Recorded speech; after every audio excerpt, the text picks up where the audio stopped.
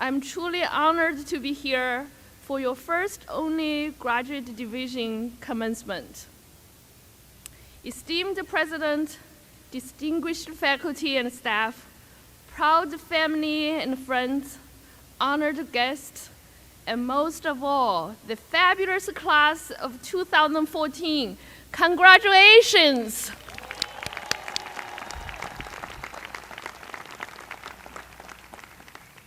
A shout out to the parents and family members here for your love and everything you've done for your graduates. And to the faculty and the staff, yeah?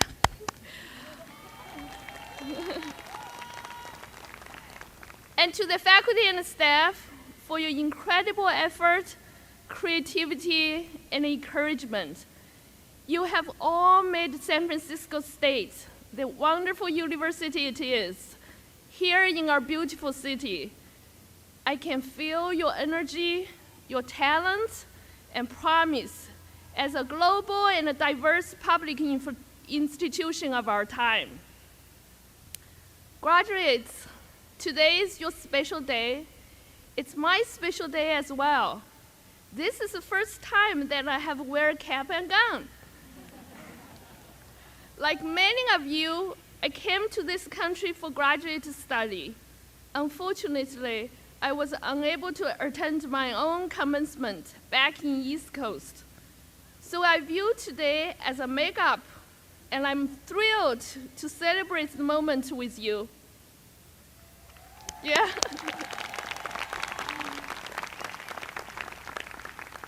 As you turn new page in your chapter, in your life, I would like to offer 3 words that served me well: desire, attitude, and open. First, the story of desire. This is my own story. As said, I was born in China at the time when my parents were in deep political trouble. As a child, I spent part of my early years in political confinement, labor camps, or home restriction. Due to the hardship, my mother became disabled, unable to take care of herself or to carry her baby to full term. I was born premature and 28 weeks. Yet from age 8, I became the caregiver for my mom and a newborn baby sister. I wanted to go to school so much, and I tried to carry my sister on my back to go to school. Unfortunately, every day, a group of boys would block my way home, beat me, and insult me. This situation made it impossible for me to continue. So for 3 years, I only attended the first day of the school for registration and the last day for final exam. However, from 4th grade to high school graduation, I have not missed a single day of school. In fact, since 4th grade, I have been in school continuously, from a student in a developing country to a professor in the developed world. Thank you. Thank you. Looking back, there were extraordinary challenges in this journey. English, for one, is a huge barrier. My native language is Chinese, a shape and form-based language. Initially, I couldn't tell the difference between brain in my head and the name Brian. I did not realize that my professor's name was not Brain, as I called him, but Brian. Our classmates corrected me, remarking, "At least you were complimenting him." I have to spend much more time double-checking my grammar and spelling for everything I say and I write.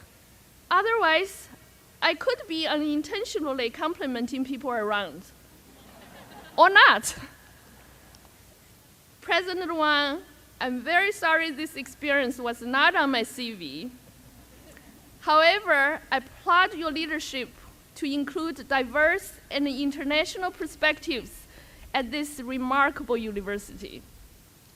It is especially hard as an immigrant and a woman in highly competitive field of science. Science is not a 9-to-5 job.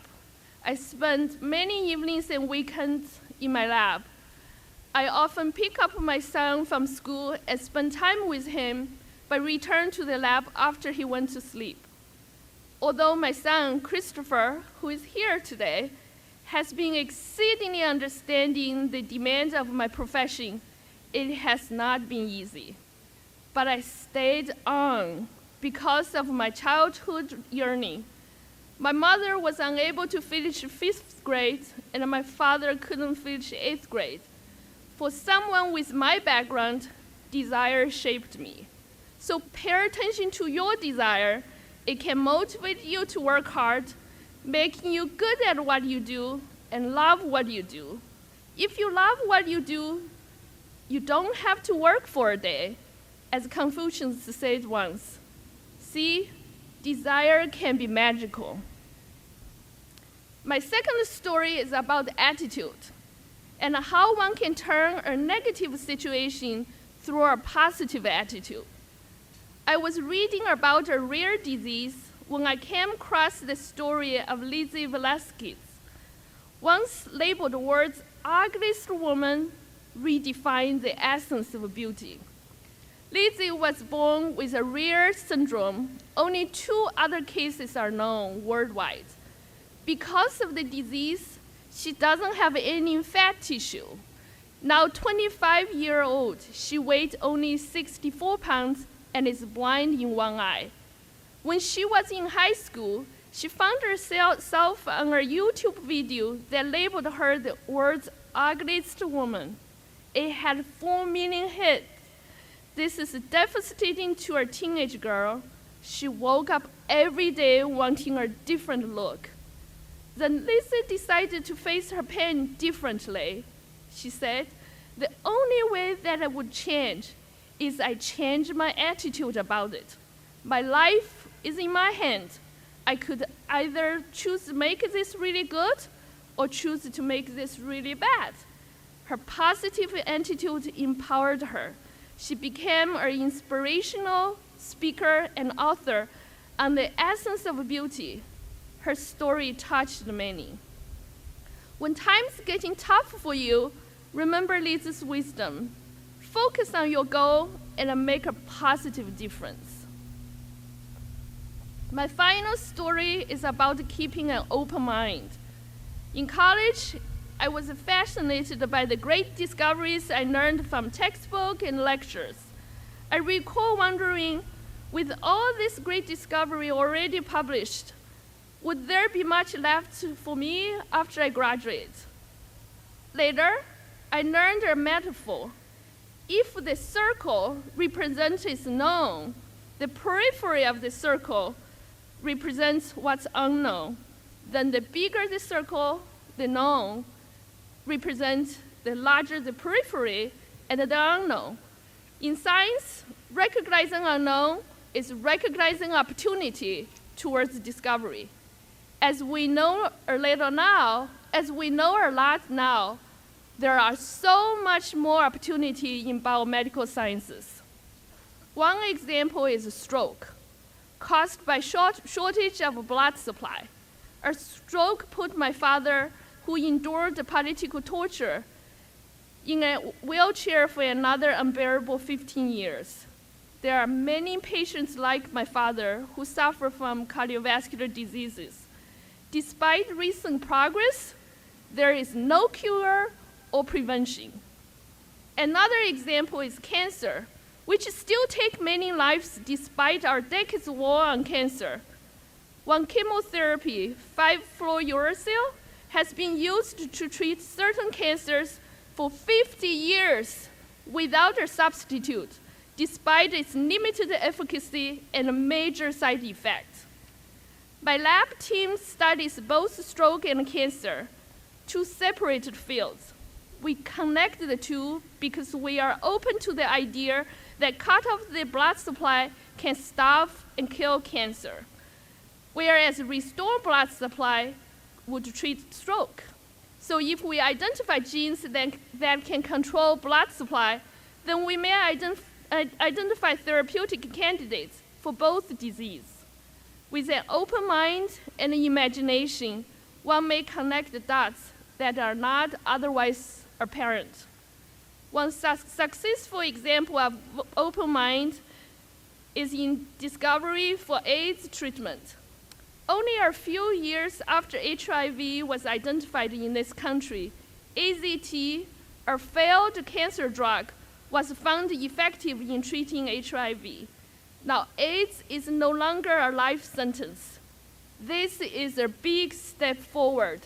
Thank all the support from community and scientific effort. For many other diseases, we don't know why they occur and how to treat them. Reducing human suffering from disease is one of the greatest challenges of our time, I think. And at the same time, it presents us tremendous opportunities. What is true in science is true in life. An open mind is important in just about everything we do. As you embark on your next journey, follow your desire, choose a positive attitude, keep an open mind. May you experience the unanticipated success in both your professional and personal lives. Best of luck.